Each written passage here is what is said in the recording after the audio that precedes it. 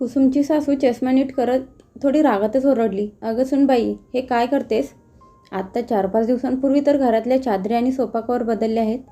मग आता परत कशाला बदलते आहेस?" कुसुम तिचं काम करत करत म्हणाली, "आई, माझ्या वहिनींचा सकाळी फोन आला होता. माझा दादा आपल्या शहरात त्याच्या ऑफिसच्या कामासाठी येणार आहे. त्याच्यासोबत त्याची मुलं आणि वहिनी पण आपल्याकडे येणार आहे. म्हणून थोडी साफसफाई करत आहे." असं म्हणत कुसुमने सोफ्याचे कव्हर बदलले.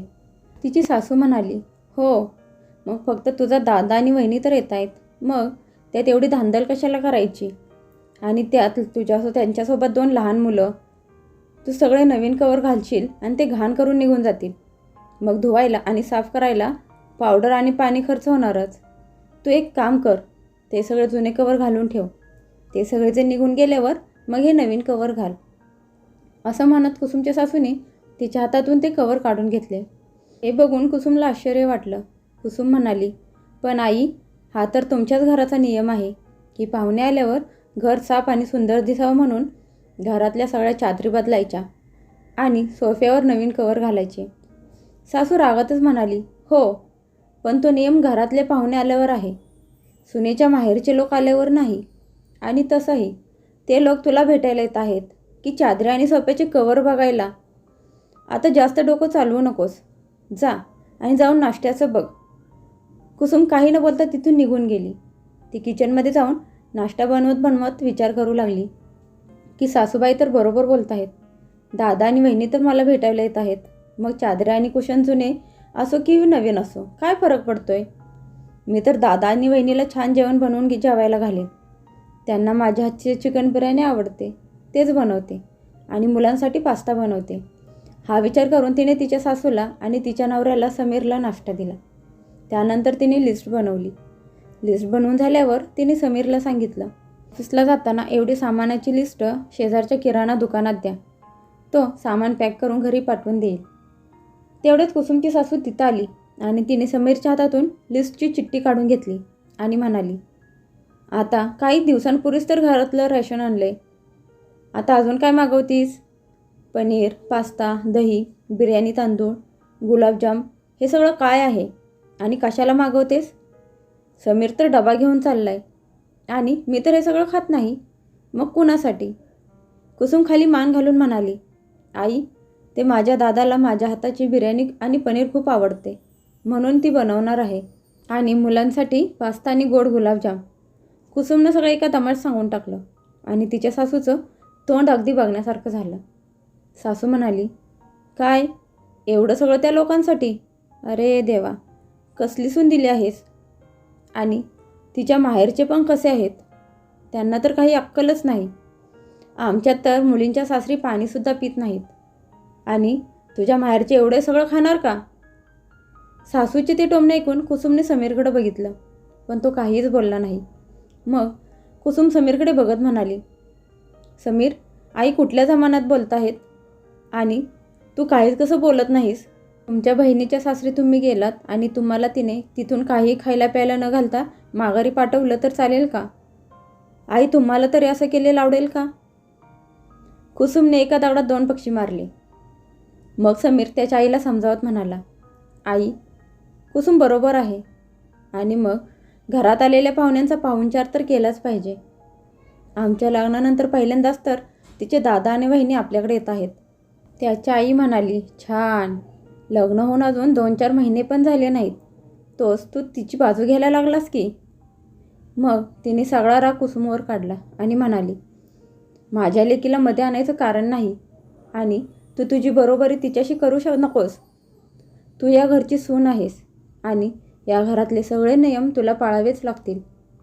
हे तुला समजलं नसेल तर तुझ्या भावाला सांगावं लागेल की तुमच्या बहिणीला सासरच्यांनी सांगितलेलं काही कळत नाही." हे ऐकून समीर खाली मान घालून तिथून निघून गेला आणि कुसुम तिथेच स्तब्ध उभी राहिली. तिची सासू निघून गेल्यावर कुसुम आपल्या खोलीत बसून विचार करू लागली की तिचं लग्न म्हणजे एक धोका आहे. ज्या सासूला ती आत्तापर्यंत बघत आली ती धोका आहे. तिची सासू कुसुमच्या आईला म्हणाली होती, "तुम्ही काही काळजी करू नका. तुमच्या मुलीला अगदी माझी मुलगी बनवून ठेवीन. तुम्हाला किंवा हिच्या दादा वहिनीला कधीही वाटलं तरी बिनधास्त भेटायला येत जा. आमच्या इथे कुणी काही बोलणार नाही." लग्नाच्या वेळी मोठमोठ्या बाता मारणाऱ्या सासूचं एक वेगळंच रूप कुसुमला आज बघायला मिळत होतं. सासरे आल्यावर काही दिवस तिची सासू अगदी चांगल्या सासूची प्रतिमा बनवून होती, कारण घरात नवीन सून आली होती आणि तिला भेटायला वरचे वर सगळे पै पाहुणे येत होते. त्यावेळी तिची सासू घराचं सगळं रूप बदलायची. कित्येकदा तर ती घरातल्या चादरी आणि सोफा कवर दिवसातून 2-2 वेळा बदलायची. त्यावेळी कुसुम म्हणायची की आई राहू द्या, आत्ताच तर बदलले आहेत ते. तेव्हा तिची सासू अगदी प्रेमाने सांगायची की सुनबाई, लोकांना असं नाही वाटलं पाहिजे की त्यांचा पाहुणचार करायला माझी सून कुठे कमी पडली आहे. पाहुण्यांनी बघितल्या बघितल्या त्यांना आनंद झाला पाहिजे आणि सगळं घर कसं फ्रेश वाटलं पाहिजे. तिची सासू प्रत्येक पाहुण्यांच्या खाण्यापिण्याची छान काळजी घ्यायची. ती प्रत्येक पाहुण्यांच्या जेवणात वेगवेगळे पदार्थ द्यायची आणि ते सगळे पदार्थ साहजिकच कुसुमकडून करून घ्यायची. आणि पाहुण्यांनी काही विशेष टिप्पणी केली किंवा जेवणाची स्तुती केली की ती मात्र सर्व क्रेडिट स्वतःला घ्यायची आणि म्हणायची की कुसुमला मीच जेवण बनवायला शिकवलंय. हे सगळं बघितल्यावर आज जेव्हा कुसुमला समजलं की तिचे दादा आणि वहिनी घरी येणार आहेत, तिने चादरी आणि सोफा कवर बदलायला घेतले आणि जेवणाची पण लिस्ट बनवली. पण तिच्या सासूचे जुने विचार आणि कठोर स्वभाव बघून कुसुमला धक्काच बसला. कुसुम मनातल्या मनात विचार करू लागली, काहीतरी कर कुसुम, काहीतरी कर. या सासूचं काहीतरी करायलाच पाहिजे. असला विचार असणाऱ्या सासूसोबत ती नाही राहू शकणार. आणि हा समीर तसं तर एकट्यात खूप फुशारक्या मारतो की मी तुझ्यासाठी हे करीन ते करीन, मी तुझ्यासाठी सगळ्या जगाशी भांडीन, पण इथे तर स्वतःच्या आईसमोर नांगी टाकतो. कुसुम स्वतःशीच बडबडत होती आणि असा विचार करता करता तिच्या पोटात कावळे ओरडू लागले. मग तिला आठवलं की या सगळ्या भानगडीत ती नाश्ता करायचं विसरून गेली होती. ती किचनमध्ये गेली आणि तिने चहा आणि नाश्ता घेऊन ती तिच्या खोलीत निघाली. तेवढ्यात तिला तिच्या सासूचा आवाज ऐकू आला. तो आवाज ऐकून तिला आश्चर्य वाटलं. ती हळूच सासूच्या खोलीच्या बाहेर जाऊन ऐकू लागली. कुसुमने तिच्या सासूचं सगळं बोलणं ऐकलं आणि तिचं डोकं चक्रायला लागलं. कुसुमची सासू म्हणत होती, हो ताई, तू सांगितलं होतंस अगदी तसंच केलं मी आज.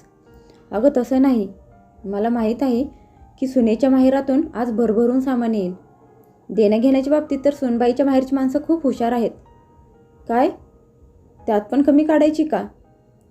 बरं ठीक आहे, आलं सगळं लक्षात माझ्या. अजून काही ताई? आता तू सांगतेस तर गोड गुलाबजाम खायला घालते त्यांना. नाही ताई, मी त्यांना सांगून टाकते की आमच्याकडे सुनेकडच्या लोकांना काही एक देत नाहीत आणि लहान मुलांच्या हातात 500 नाही तर 100 रुपये देणारं. छान ताई, तू असंच सांगत जा की सुनेच्या माहेरच्या लोकांना आणि सुनेला कसं वागवायचं ते. आणि ऐकलं का ताई, आज समीरची जीभ खूप चालत होती, पण मी त्याच्या जिभेला धार लागायच्या आधीच कापली. आता इथून पुढे माझ्यासमोर बायकोची चमचेगिरी करायची हिंमत नाही करायचा तो. सगळं ऐकून कुसुमने डोक्याला हातच लावला. अरे देवा, मला वाटत होतं की सासूबाईंचं वागणं चुकीचं आहे, पण इथे तर कनेक्शनच चुकीचं आहे. मावशीच माझ्या सासूला सगळं शिकवत आहे. जीच स्वतःच्या सुनांशी पटत नाही ती माझ्या सासूला सून कशी सांभाळायची ते सांगते आहे.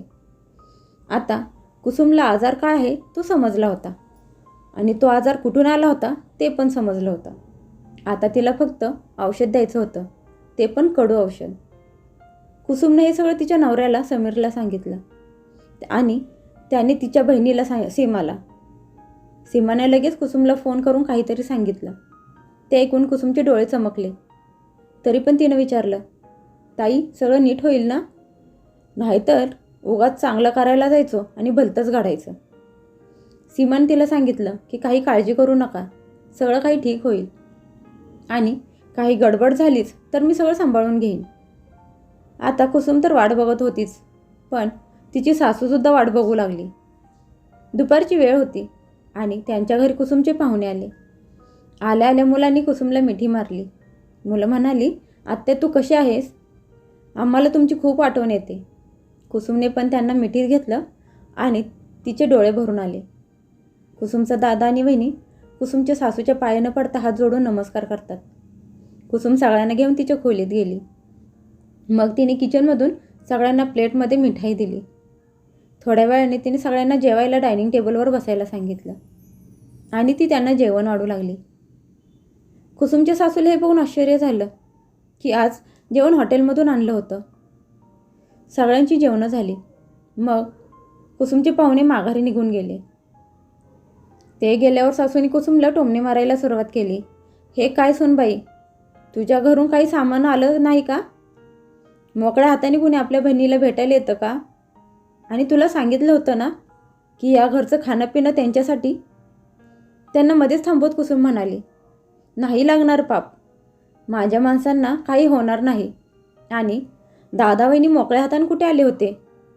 तुम्ही बहुतेक नीट बघितलं नाही. त्यांनी जाताना भरभरून आशीर्वाद दिलेत आणि ते कुठल्या किमती सामानापेक्षा कमी नाहीत. तुम्हीच सांगितलं होतं की मुलीच्या सासरी काही खायचं नाही, काही प्यायचं नाही, म्हणून मी त्यांना ती मिठाई खायला घातली जी त्यांनी येताना आणली होती. आणि मी त्यांना बॉटल्सच दिलं होतं, म्हणजे ते आपल्या घरातलं पाणी नव्हतं. जेवण पण मी त्यांच्यासाठी हॉटेलमधून मागवलं होतं. तर अशा प्रकारे त्यांनी आपल्या घरातलं जेवण पण केलं नाही आणि पाणी पण पिलं नाही. तुम्हीच सांगितलं होतं की तुमच्या घरात फक्त पाहुण्यांचं स्वागत करतात, सुनेच्या माहेरच्या लोकांचं नाही. तर आई स्वागत केलं तर सत्कार होईल, नाहीतर लांबूनच नमस्कार घातला जाईल. हे ऐकून मात्र आपला डाव उलटा पडलाय हे समजल्यावर तिची सासू पाय आपटत तिच्या खोलीत निघून गेली. संध्याकाळी समीर कामावरून आल्यावर सासूने कुसुमच्या सगळ्या साड्या त्याला सांगितल्या. पण समीरने या कानाने ऐकलं आणि दुसऱ्या कानाने सोडून दिल्या. आता मात्र समीरच्या आई रागाने फन फन फन करत त्याला म्हणू लागली, सकाळी तर बायकोची बाजू घेऊन उड्या मारत होतास आणि आता काय झालंय? आता का बोलत नाहीस? समीर म्हणाला, काय आणि कुणाला सांगू? तुला काही बोलू शकत नाही आणि कुसुमला तरी काय बोलू? तिनं तेच केलं जे तू तिला करायला सांगितलं होतंस. तिने तिच्या नातेवाईकांचा पाहुणचार केला नाही, तर मग आता तुला काय अडचण आहे? समीर आता वैतागला होता. आता त्या आई मुलांचं बोलणं चालूच होतं. तेवढ्यात तिथे सीमा पण तिच्या मुलांसह आली. अचानक समोर आपल्या लेकीला बघून कुसुमची सासू खुश झाली.